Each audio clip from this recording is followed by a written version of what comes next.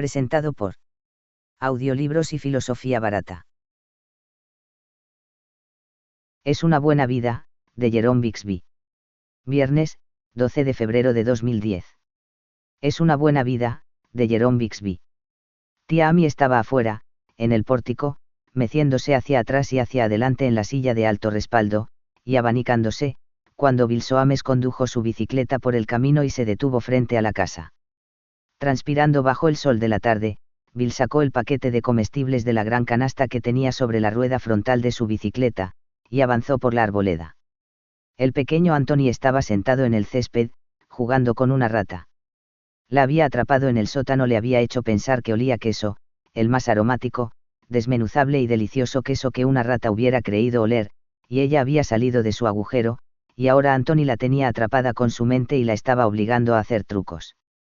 Cuando la rata vio que Bill Soames se aproximaba, trató de correr, pero Anthony pensó hacia ella, y ella dio una voltereta sobre el césped y yació temblando, sus ojos brillando en un pequeño y negro terror. Bill Soames se apresuró al pasar junto a Anthony y alcanzó los primeros escalones, mascullando. Siempre mascullaba cuando venía a la casa de los Fremont, o pasaba cerca, o incluso cuando pensaba en ella. Todos lo hacían. Pensaban en tonterías, cosas sin significado, como 2y2 son 4y4 son 8 y cosas así, trataban de entremezclar sus pensamientos para mantenerlos a raya, y así Anthony no pudiera leer sus mentes. Mascullar ayudaba.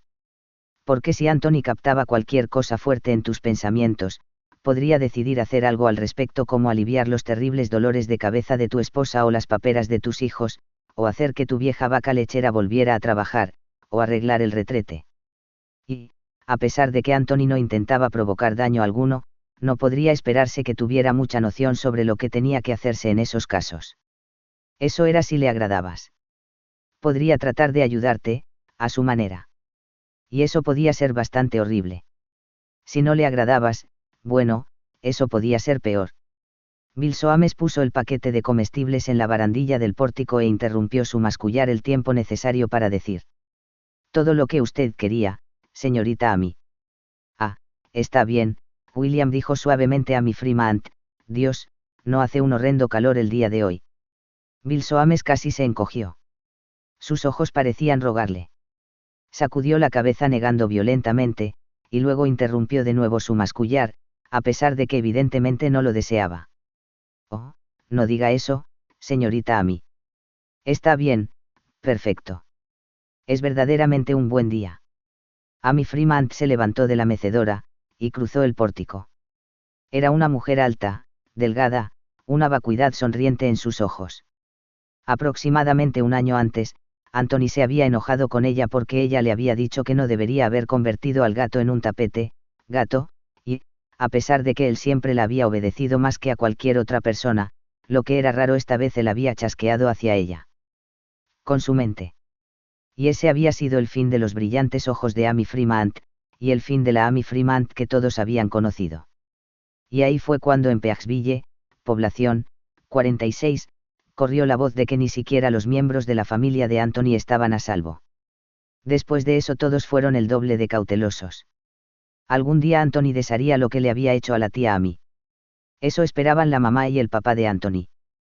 Cuando él fuera mayor, y le surgiera tal vez algo de culpa. Si eso era posible, claro está. Porque la tía Amy había cambiado mucho, y además, ahora Anthony no obedecía a nadie. Calma, William, dijo tía Amy, no tienes por qué estar mascullando de ese modo. Anthony no va a lastimarte. Por Dios, tú le agradas. Ella gritó llamando a Anthony, que se había cansado de la rata y estaba obligándola a comerse a sí misma. No es cierto, Anthony. ¿Verdad que el Sr. Soames te agrada? Anthony miró a través del jardín hacia el repartidor una brillante, húmeda y púrpura mirada. No dijo nada. Bill Soames trató de sonreírle. Después de un segundo Anthony volvió su atención a la rata. Ya había devorado su cola, o al menos masticado porque Anthony la había hecho morder más rápido de lo que podía tragar, y pequeños trozos peludos, rosados y rojos, yacían alrededor de ella sobre el verde césped. Ahora la rata estaba teniendo problemas para alcanzar sus cuartos traseros. Murmurando silenciosamente, vehementemente pensando en nada en particular, Bill Soames caminó con las piernas rígidas a través de la arboleda, montó en su bicicleta y se alejó pedaleando. Nos veremos esta noche, William, le dijo tía Amy. Mientras hacía girar los pedales deseaba profundamente poder pedalear el doble de rápido, para alejarse cuanto antes de Anthony, y de tía Amy, que a veces olvidaba cuán cuidadoso debía uno ser. Y no debió haber pensado eso. Porque Anthony lo captó. Captó el deseo de alejarse del hogar de los Freeman como algo malo, y su mirada púrpura parpadeó, chasqueando un pequeño pensamiento de desaprobación hacia Bill Soames, solo uno pequeñito, porque hoy estaba de buen humor, y, además, a él le agradaba Bill Soames, o al menos no le desagradaba, no el día de hoy. Bill Soames quería huir, así que, petulantemente, él le ayudó. Pedaleando a velocidad superhumana, o eso parecía, porque en realidad la bicicleta lo estaba pedaleando a él. Bill Soames se desvaneció por el camino en una nube de polvo, su débil y aterrado lamento flotando en el aire caliente. Anthony miró a la rata. Había devorado la mitad de su estómago y muerto de dolor.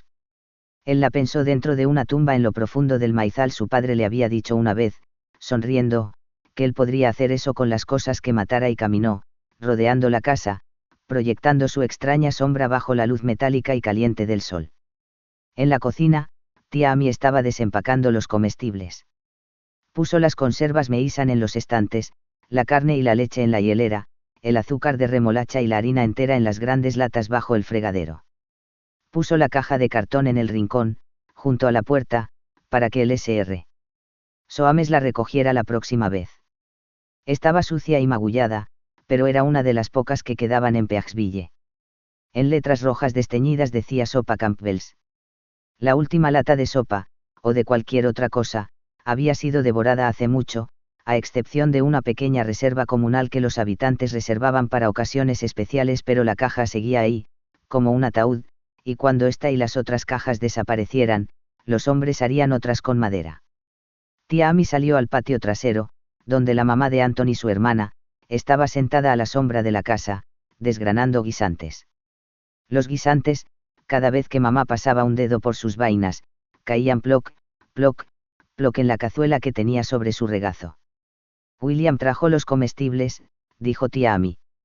Se sentó fatigosamente en la silla de respaldo recto junto a mamá, y comenzó a abanicarse. Ella no era vieja realmente, pero, desde que Anthony había chasqueado hacia ella con su mente, había algo malo con su cuerpo, así como con su mente, y estaba fatigada todo el tiempo. Oh, bien. Dijo mamá. Ploc, ploc caían los gordos guisantes en la cazuela. Todo el mundo en Peaksville decía siempre, oh, bien, o así. Eso es genial, casi ante cada cosa que sucedía o era mencionada, incluso ante acontecimientos desdichados como un accidente o una muerte.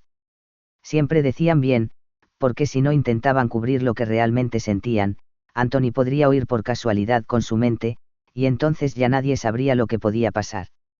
Como la vez en que el esposo de la Sra. Kent, Sam, había regresado caminando del cementerio porque a Anthony le agradaba la Sra. Kent y había escuchado su pena. Ploc, ploc. Hoy es noche de televisión, dijo tía Amy. Me agrada, espero por esa noche cada semana. Me pregunto qué veremos hoy. ¿Trajo Bill la carne?, preguntó mamá. Sí, tía Amy se abanicó, mirando a la monotonía metálica del cielo. Por Dios, hace tanto calor. Desearía que Anthony hiciera que estuviera solo un poco más fresco. Amy. Oh, el tono agudo de mamá había penetrado en donde la agónica expresión de Bill Soames no había podido llegar.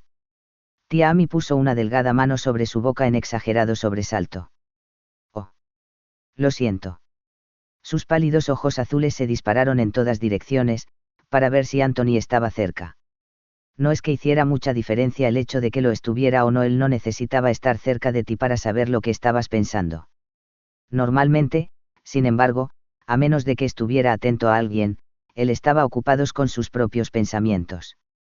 Pero algunas cosas atraían su atención, nunca podía saber cuáles exactamente.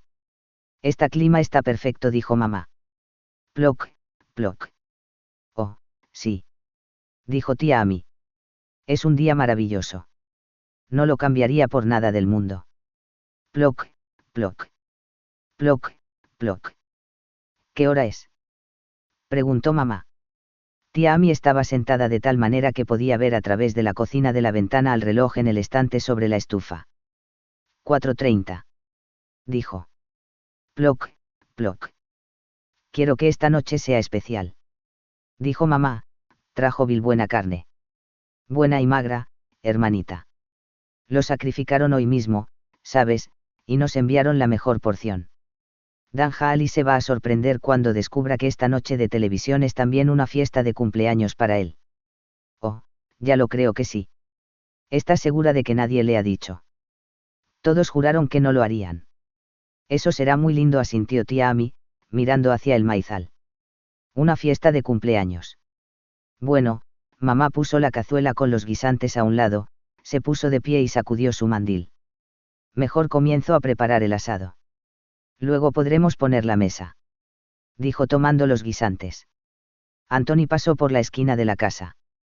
No las miró, sino que continuó avanzando a través del pulcro jardín. Todos los jardines de Peaksville estaban escrupulosamente cuidados, muy escrupulosamente pasó por el oxidado e inútil armatoste que una vez había sido el automóvil de la familia Fremont, y siguió suavemente sobre la cerca adentrándose en el maizal.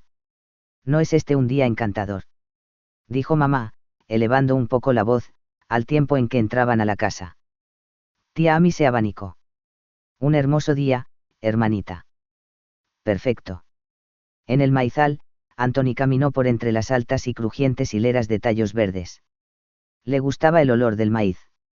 Del maíz vivo sobre su cabeza y del viejo y muerto a sus pies. La fértil tierra de Ohio, rica en hierbajos y en mazorcas pardas y resecas, era aplastada entre los dedos de sus pies con cada paso. Él había hecho llover la última noche, para que el día de hoy todo oliera bien y fuera agradable al tacto. Él caminó libremente hasta los márgenes del maizal, hasta llegar a donde un soto de árboles verdes y sombríos cubría un terreno fresco, húmedo y oscuro, con una abundancia de frondosa maleza y rocas cubiertas de musgo, y un pequeño manantial de donde brotaba un estanque claro y limpio. A él le gustaba descansar aquí, y observar los pájaros, insectos y pequeños animales que rumoreaban y se escabullían y gorjeaban alrededor. Le gustaba tenderse sobre ese suelo fresco mirando hacia el móvil verdor sobre su cabeza, y observar a los insectos revolotear entre los suaves rayos de sol que caían oblicuos formando un tejido intrincado, hebras brillantes cayendo desde las copas de los árboles. De algún modo, los pensamientos de las criaturas de este lugar le gustaban más que los pensamientos de afuera, y, a pesar de que los pensamientos que él captaba aquí no eran muy fuertes o muy claros, podía entender lo suficiente como para saber lo que le gustaba a las criaturas y aquello que querían, y ocupó mucho de su tiempo haciendo que el soto fuera cada vez más de la manera que ellos querían. El manantial no había estado aquí desde siempre, sino que había surgido una vez que él había encontrado sed dentro de una pequeña mente peluda.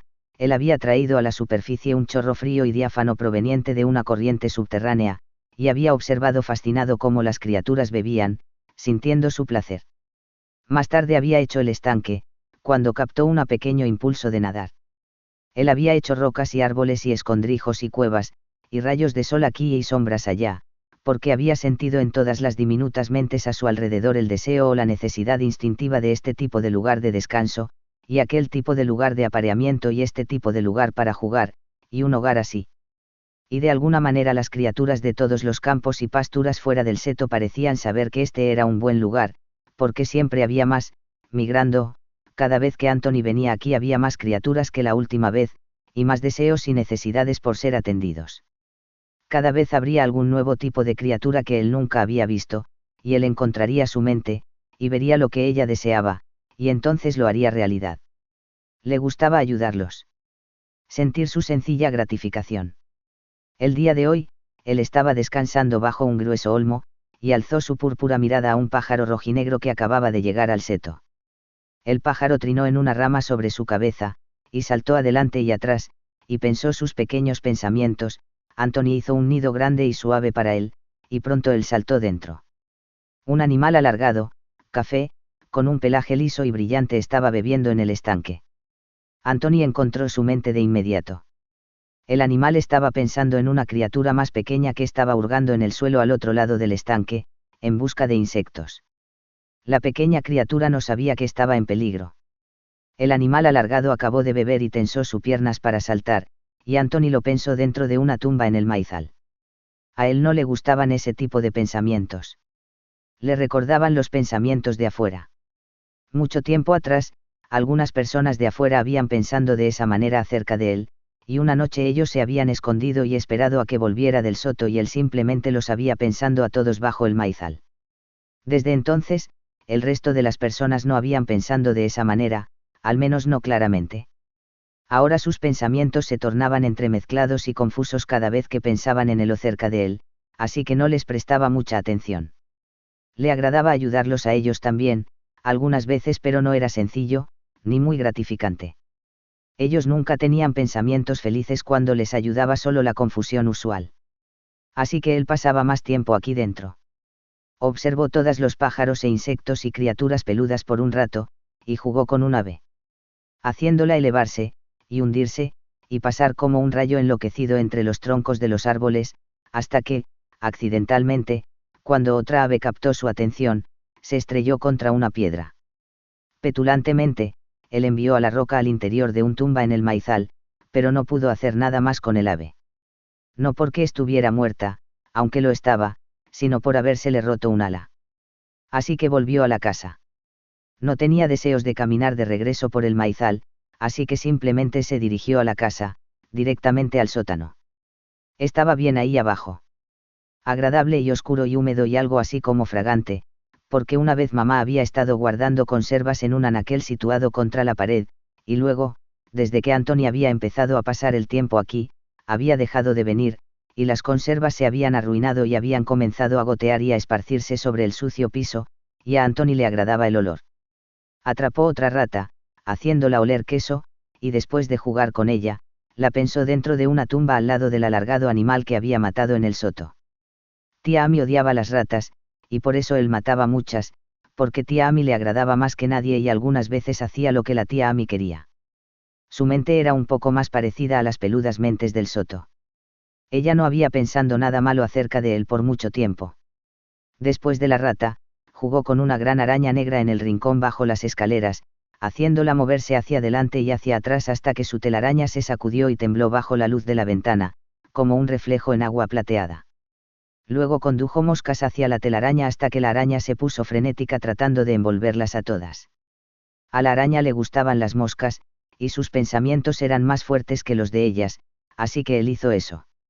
Había algo malo en la manera que la araña deseaban moscas, pero no estaba muy claro y además, tía Sammy odiaba a las moscas también. Escuchó pasos arriba, mamá desplazándose por la cocina. Hizo parpadear su púrpura mirada, y estuvo a punto de decidir paralizarla, pero en lugar de eso subió al ático, y, después de mirar por un rato hacia el jardín por la ventana circular situada al frente del gran techo en forma de X, y hacia el camino empolvado, y hacia el ondulante campo de trigo de los Henderson, él se enroscó adoptando una forma improbable y se puso a dormir parcialmente. Pronto la gente comenzará a llegar para la noche de televisión, escuchó a mamá pensar. Se hundió más en el sueño. Le agradaba la noche de televisión. A tía Amy siempre le había gustado mucho la televisión, y por eso una vez él había pensando un poco de televisión para ella, y algunas otras personas habían estado ahí ese día, y tía Amy se había sentido decepcionada cuando los otros quisieron irse. Él les había hecho algo por eso y ahora todos venían a ver la televisión. Le gustaba toda la atención que obtenía cuando todos llegaban. El padre de Anthony volvió a casa alrededor de las 6:30, luciendo cansado y sucio, lleno de sangre. Había estado en la pastura de Dunn con los otros hombres del pueblo, ayudando a escoger la vaca que sería sacrificada este mes y haciendo el trabajo, y luego partiendo y salando la carne para conservarla en el almacén frigorífico de Soames. No era un trabajo que le agradara mucho, pero cada hombre tenía su turno. Ayer había ayudado a segar el trigo del viejo MC Intaire. Mañana comenzarían a rastrillar el suelo. Manualmente. Todo en Peaksville tenía que ser hecho manualmente. Besó a su esposa en la mejilla y se sentó en la mesa de la cocina. Sonrió y dijo: ¿Dónde está Anthony? Por ahí. Dijo mamá. Tía Amy estaba al lado de la estufa de leña, meneando la gran olla de guisantes. Mamá volvió al horno, lo abrió y bañó el asado. Pues bien, ha sido un buen día, dijo papá. Maquinalmente. Luego miró al tazón de la masa y a la tabla de cortar sobre la mesa. Olfateó la masa. dijo me comería una hogaza entera, estoy hambriento. Nadie le dijo a Danja a Alice acerca de la fiesta, ¿o sí? No. Tan callados como momias. Hemos preparado una adorable sorpresa. ¿Qué? Bueno, tú sabes cuánto le agrada a Dan la música. Bueno, la semana pasada, Thelma Dunn encontró un disco en su ático. No. Sí. Y luego hicimos que Ethel le preguntara, tú sabes, sin preguntárselo realmente, si ya tenía ese disco. Y dijo que no. ¿No es una maravillosa sorpresa? Bueno, claro que lo es. Un disco, imagínate. Eso es algo verdaderamente agradable de encontrar. ¿Qué disco es? Perry Como, interpretando You Are My Sunshine. Diablos. Siempre me gustó esa tonada. Había algunas zanahorias crudas sobre la mesa. Papá tomó una pequeña, la restregó en su pecho, y la mordió. ¿Cómo fue que Thelma lo encontró? Oh, tú sabes, simplemente curioseando por cosas nuevas. Papá rumió la zanahoria. ¿Quién tiene esa foto que encontramos hace tiempo? Me gustaba, ese viejo Clipper zarpando. Los Smith. La próxima semana los Sifiki. Su mente divagó sobre el orden tentativo de las cosas que iban a ser intercambiadas entre las mujeres el domingo en la iglesia. Él asintió. Parece que no tendremos la foto en mucho tiempo, creo. Escucha querida, tú podrías tratar de recuperar ese libro detectivesco que tienen los Reilly. Estuve muy ocupado la semana que lo tuvimos, nunca pude terminar todos los cuentos. Trataré, dijo su esposa sin mucha seguridad. Pero escuché que los Van Heusen tienen un estereoscopio que encontraron en el sótano. Su voz era solo levemente acusadora. Lo tuvieron por 2 meses enteros sin de avisar a nadie. Diantres, dijo papá, eso también estaría bien. Muchas fotos. Supongo. Ya veré el domingo. Me gustaría tenerlo, pero aún le debemos a los Van Heusen su canario. No sé por qué esa ave tuvo que elegir nuestra casa para morir, debió estar enfermo cuando llegó. Ahora ya no hay manera de contentar a Betty Van Heusen, incluso insinuó que le gustaría tener nuestro piano por un tiempo. Está bien querida, intenta obtener el estereoscopio o cualquier cosa que creas agradable. Por fin tragó la zanahoria. Había estado algo verde y dura. Los caprichos de Anthony con el clima hacían que la gente nunca supiera qué sembradíos prosperarían, o qué formas adoptarían si lo hicieran. Todo lo que podían hacer era sembrar mucho, y siempre lo suficiente de las cosas que podían crecer en cualquier temporada. Solo en una ocasión había habido un excedente de grano, toneladas habían sido arrojadas más allá de los márgenes de Peaksville y botados en el vacío. De otra manera nadie hubiera podido respirar, cuando empezaran a descomponerse. Tú sabes, prosiguió papá, es bueno tener cosas nuevas alrededor. Es bueno pensar que probablemente aún hay muchas cosas que no han sido encontradas, en sótanos y áticos y graneros y debajo de cosas. Eso ayuda, alivia de alguna manera. En la medida que eso es posible. SHH. Mamá miró nerviosamente alrededor. Dijo papá, sonriendo apresuradamente, está muy bien. Las cosas nuevas son buenas. Es agradable poder tener algo que nunca has visto antes, y saber que algo que le has dado a alguien los está haciendo felices, eso es una cosa buena verdaderamente. Una cosa buena, coreó su esposa. Pronto, dijo tía Amy desde la estufa, no habrá más cosas nuevas. Habremos encontrado todo lo que se podía encontrar. Dios, eso será muy triste. Amy. Bueno. Sus pálidos ojos estaban vacíos y fijos, un signo de su recurrente estupor. Será una lástima cuando ya no.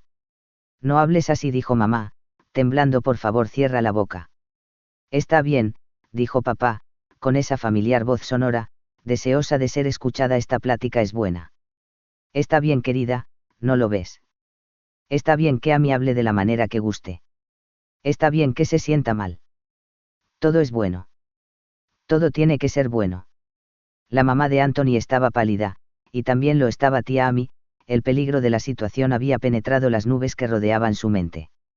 Algunas veces era difícil manejar las palabras de tal manera que no resultara desastroso. Nunca se sabía. Había tantas cosas que era mejor no decir, o incluso pensar. Pero la recriminación por decirlas o pensarlos podía ser igual de mala, si Anthony escuchaba y decidía hacer algo. Nunca podía saber cuándo lo que le importaba a Anthony. Todo tenía que ser bueno. Tenía que estar bien tal como era, aunque no lo estuviera. Porque cualquier cambio podía ser peor. Terriblemente peor. Oh Dios, sí, desde luego que está bien, dijo mamá. Habla de la manera que quieras, a mí, está bien. Aunque, tal vez te gustaría recordar que algunas maneras son mejores que otras. Tía Amy meneó los guisantes, el miedo en sus ojos pálidos. Sí, dijo.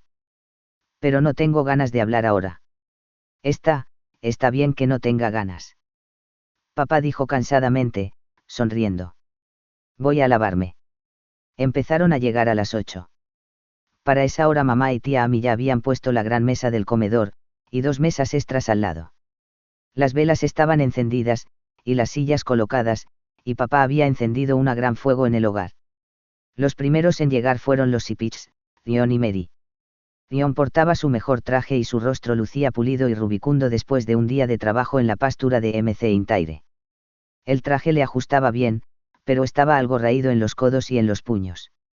El viejo McIntyre estaba trabajando en un telar, diseñándolo con base en libros escolares, pero el proyecto iba para largo.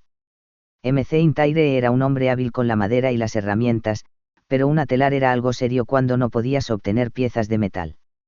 McIntyre había sido uno de los que, al principio, habían querido intentar que Anthony produciera cosas que los habitantes necesitaban, como ropa o comida enlatada, medicamentos, gasolina.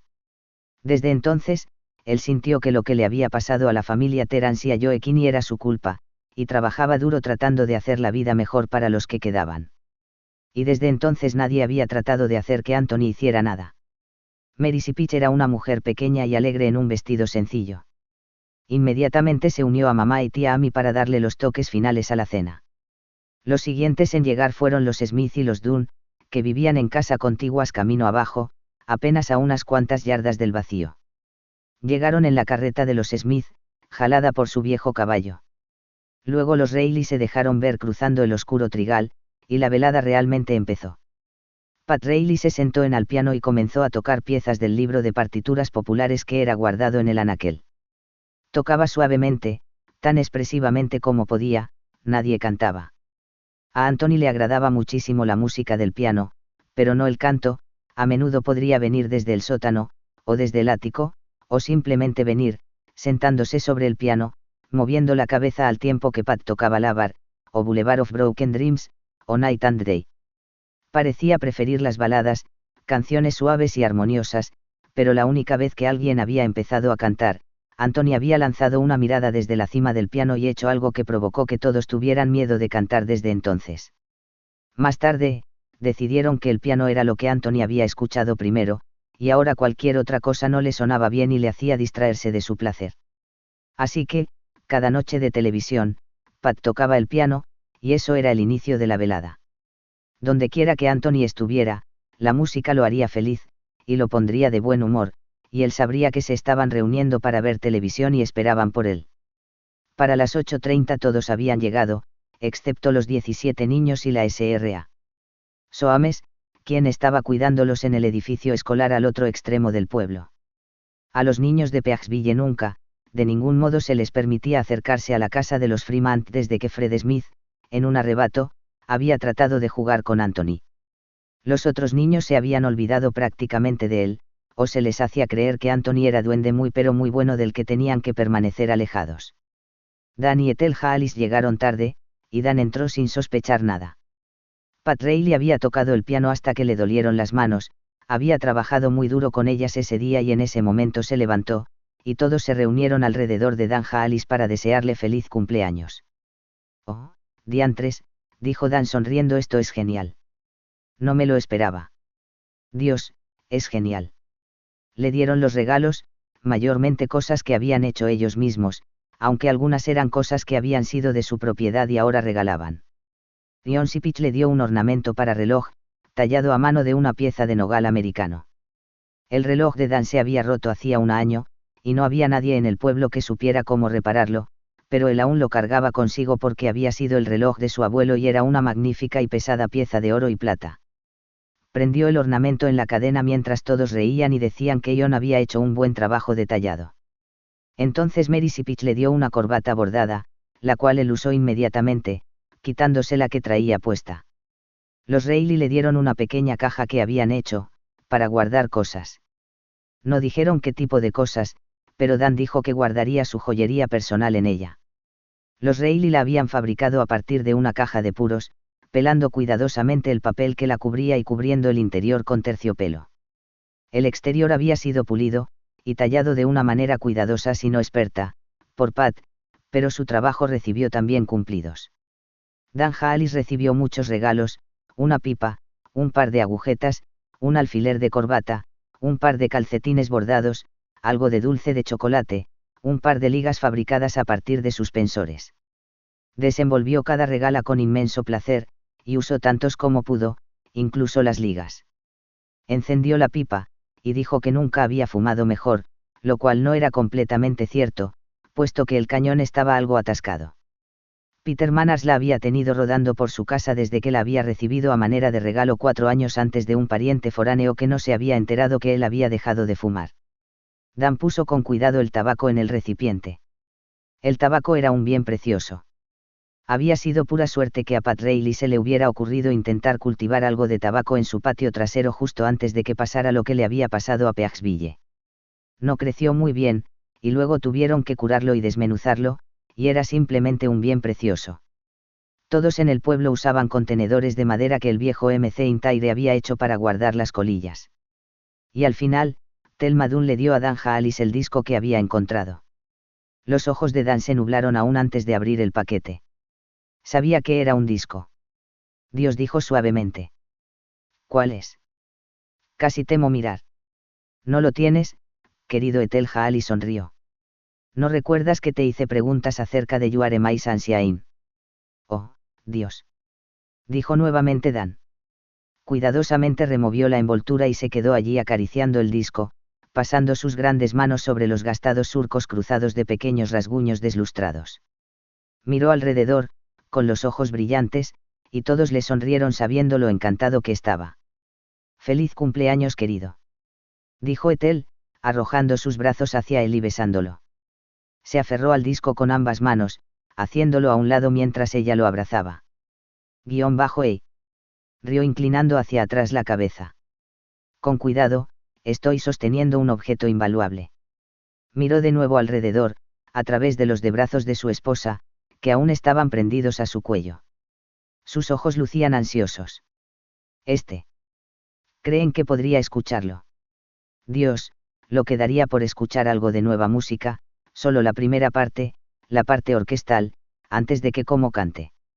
Los rostros se ensombrecieron. Después de un minuto, Ion Sipich dijo. Es preferible que no, Dan. Después de todo, no sabemos exactamente cuándo entra la voz, y sería tomar demasiados riesgos. Es mejor que esperes hasta llegar a casa. Renuente, Dan Jaalis puso el disco en la mesa, con todos sus otros regalos. Está bien, dijo automáticamente, pero decepcionado que no pueda escucharlo aquí. ¿O sí? Dijo Sipich, es bueno. Para compensar el tono decepcionado de Dan, es bueno. Cenaron, las velas alumbrando sus rostros sonrientes, y devoraron todo hasta la última gota de salsa. Alabaron el asado preparado por mamá y tía Amy, y la sopa de guisantes con zanahoria, y los tiernos granos de las mazorcas. Estas no habían salido del maizal de los Fremont, naturalmente, todos sabían lo que había en él, y en su suelo comenzaban a crecer hierbajos. Luego acabaron con los postres, helado y galletas caseros.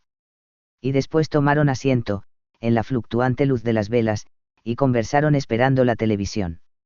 Nunca había demasiado mascullar la noche de televisión, todos venían y tenían una buena cena en la casa de los Fremont, y eso estaba bien, y después venía la televisión y nadie pensaba mucho en ello, simplemente lo sobrellevan. Así que era una reunión lo suficientemente satisfactoria, aparte del hecho de tener que cuidar lo que decías tan cuidadosamente como lo harías en cualquier lugar. Si un pensamiento peligroso te llegaba a la mente, simplemente comenzabas a mascullar, incluso en medio de una frase. Cuando hacías eso, los otros sencillamente te ignoraban hasta que te sentías feliz de nuevo. A Anthony le gustaba la noche de televisión. Solo había hecho 2 o 3 cosas horribles durante una noche de televisión en todo el año pasado. Mamá había puesto una botella de brandy en la mesa, y todos se sirvieron un pequeño vaso. El licor era aún más escaso que el tabaco. Los pobladores podían hacer vino, pero había algo malo con las uvas, y ciertamente las técnicas tampoco eran muy buenas, no era un vino muy agradable. Solo quedaban unas cuantas botellas de verdadero licor en el pueblo, 4 de whisky, 3 de whisky escocés, 3 de brandy, 9 de vino verdadero y media botella de drambuie perteneciente al viejo MC Intaire, solo para los matrimonios, y cuando éstas se acabaran eso sería todo. Más tarde, todos desearon que el brandy no hubiera sido ofrecido.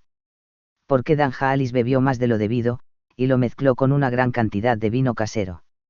Nadie pensó nada al respecto al principio, porque no lo mostraba mucho, y era su fiesta de cumpleaños, una feliz fiesta, y a Anthony le agradaban estas reuniones y no vería ninguna razón para hacer algo, aun suponiendo que estuviera escuchando. Pero a Dan Jaalis se le pasaron las copas, e hizo algo estúpido. Y si lo hubieran visto venir, lo hubieran llevado afuera a caminar un rato. Lo primero que llamó la atención, fue cuando Dan dejó de reír justo a la mitad de la historia de cómo Thelma Dunn había encontrado el disco de Perry como y se le había ido de las manos y no se había roto porque ella se había movido tan rápido de lo que nunca se había movido en su vida y lo había atrapado. Él estaba acariciando el disco de nuevo, y mirando anhelante el gramófono de los Freeman situado en un rincón, y súbitamente había dejado de reír y su rostro se relajó, luego se deformó, y dijo: «Oh, Cristo». La habitación se tornó silenciosa inmediatamente. Tan silenciosa que podían oír el rechinar de las piezas del reloj del abuelo en el hall. Pat Reilly había estado tocando el piano, suavemente. Se detuvo, sus manos paralizadas sobre las teclas amarillentas. Las velas en la mesa del comedor oscilaron en la fría brisa que soplaba a través de las cortinas de encaje de la ventana del pasillo. «Sigue tocando», Pat dijo suavemente el padre de Anthony. Pat volvió a empezar. Tocó Night and Day, pero sus ojos miraban de soslayo hacia Dan Jaalis, y equivocó algunas notas. Dan se quedó en medio del cuarto, sosteniendo el disco. En la otra mano sostenía una copa de brandy, con tanta fuerza que su mano temblaba. Todos estaban mirándolo. Cristo dijo de nuevo, y lo hizo sonar como una mala palabra. El reverendo Yangar, quien había estado conversando con mamá y con tía Amy cerca de la puerta del comedor, dijo Cristo también, pero él lo estaba usando en una plegaria. Sus manos juntas, los ojos cerrados. John Sipich se adelantó. «Bien, Dan, es bueno que hables de esa manera. Pero tal vez no quieras hablar demasiado, ¿sabes?» Dan se sacudió la mano que Sipich había puesto en su hombro. «Ni siquiera puedo escuchar mi disco», dijo ruidosamente. Bajó su mirada hacia el disco, luego la dirigió en redondo hacia sus rostros. «Oh, Dios mío». Arrojó la copa de brandy contra la pared. Salpicó y escurrió ramificándose sobre el papel tapiz. Algunas mujeres soltaron gritos crispados. «Dan», dijo Sipich susurrando. «Dan, ya déjate de eso». Pat Reilly tocaba Night and Day más fuertemente, tratando de cubrir los sonidos de las voces. De cualquier manera, si Anthony estaba escuchando, eso no serviría de nada. Dan Jaalis se aproximó al piano y se detuvo junto al hombro de Pat, tambaleándose un poco. «Pat», dijo, «no toques eso. Toca esto», y comenzó a cantar. Una voz suave, ronca, miserable. «Feliz cumpleaños a mí. Feliz cumpleaños a mí. Dan», gritó Ethel Jaalis. Trató de correr hacia él. Mary Sipich la tomó del brazo y la contuvo. «Dan», gritó nuevamente Ethel, «detente. Por el amor de Dios, cierra la boca», siseó Mary Sipich, y la empujó hacia uno de los hombres, el cual puso su mano sobre su boca y le asió fuertemente. «Feliz cumpleaños, querido Danny. Feliz cumpleaños a mí», se detuvo y miró a Pat Reilly. «Tócala, Pat. Tócala, para que yo pueda cantarla bien, tú sabes que no puedo llevar una nota a menos que alguien toque». Pat Reilly puso sus manos sobre las teclas y comenzó a lavar en un tempo lento de vals, de la manera que más agradaba a Anthony. El rostro de Pat era blanco. Sus manos se revolvían torpemente.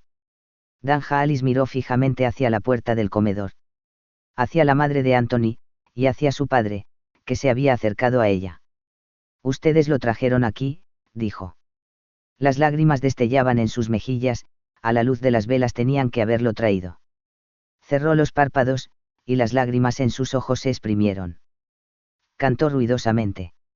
You are my sunshine, my only sunshine, you make me happy, when I'm blue. Anthony llegó al cuarto. Pat dejó de tocar. Se congeló. Todos lo hicieron. La brisa encrespó las cortinas. Ethel Haalis no podía ni siquiera intentar gritar, se había desmayado. Please don't take my sunshine away. La voz de Dan desfalleció, hasta acallarse. Puso ambas manos frente a él, el vaso vacío en una, el disco en la otra. Y Poi dijo. No. Hombre malo, dijo Anthony, y moldeó a Dan Haalis con su pensamiento hasta convertirlo en una cosa como nadie hubiera creído posible. Luego pensó a esa cosa dentro de una tumba, muy en lo profundo del maizal. El vaso y el disco cayeron pesadamente sobre la alfombra. Sin romperse. La púrpura mirada de Anthony vagó por el cuarto. Algunas personas comenzaron a mascullar. Todos trataron de sonreír. El sonido del mascullar de todos llenó el cuarto con el tono de una aprobación lejana. Entre los murmullos podían distinguirse 2 o 3 voces claras. Oh, esto es algo muy bueno, dijo John Sipich. Algo bueno, dijo el padre de Anthony, sonriendo. Tenía más práctica en sonreír que la mayoría de ellos. Una cosa maravillosa. Esto es genial, simplemente genial. Dijo Pat Reilly, lágrimas goteando de sus ojos y su nariz, y empezó a tocar el piano de nuevo, suavemente, sus manos temblorosas palpando a tientas la melodía de Night and Day. Anthony trepó a la cima del piano, y Pat tocó por 2 horas. Más tarde, vieron la televisión. Todos fueron al cuarto principal, y encendieron solo unas cuantas velas, y agruparon sillas alrededor del equipo. Era un equipo de pantalla pequeña, y no podían sentarse todos lo suficientemente cerca para ver, pero eso no importaba. Ni siquiera tenían que encender el equipo. No hubiera funcionado, no habiendo electricidad en Peaksville. Solo tomaron asientos silenciosamente, y observaron aquellas figuras que se retorcían y contorsionaban, y escucharon los sonidos que salían de las bocinas, y ninguno de ellos tenía la más remota idea acerca de qué trataba todo aquello. Nunca lo entendían. Siempre era lo mismo. Esto es muy bonito, dijo por una sola vez tía Amy, sus pálidos ojos sobre los parpadeos de luz y sombras sin significado. Pero me gustaba un poco más cuando había ciudades allá afuera y podíamos obtener verdadera. Vamos, Amy, dijo mamá. Es bueno que digas esas cosas. Muy bueno. Pero ¿cómo puedes decirlo en serio? En verdad esta televisión es mucho mejor que cualquier cosa que veíamos antes. Sí, coreó John Sipich. Está muy bien. Es el mejor espectáculo que hayamos visto. Él se sentó en el sofá, con otros 2 hombres, presionando a Ethel Haalis contra los cojines, sosteniendo sus brazos y piernas y cubriendo su boca con las manos, para que no comenzara a gritar de nuevo. Es algo muy bueno. Insistió. Mamá miró al exterior a través de la ventana principal, y a través de la oscuridad del camino, y a través del trigal de los Henderson, hacia la vasta, gris, interminable vacuidad en la que Peaksville flotaba como un alma, la enorme vacuidad que era evidente por la noche, cuando el metálico día de Anthony se había ido. No era bueno preguntarse dónde estarían, no era bueno de ninguna manera. Peaksville era simplemente un lugar. Un lugar alejado del mundo. Seguía estando donde quiera que hubiera estado desde aquel día en que, 3 años antes, Anthony había reptado fuera de su útero y el viejo doctor Bates, Dios le dé descanso, había gritado y lo había arrojado tratando de matarlo, y Anthony había llorado y hecho la cosa.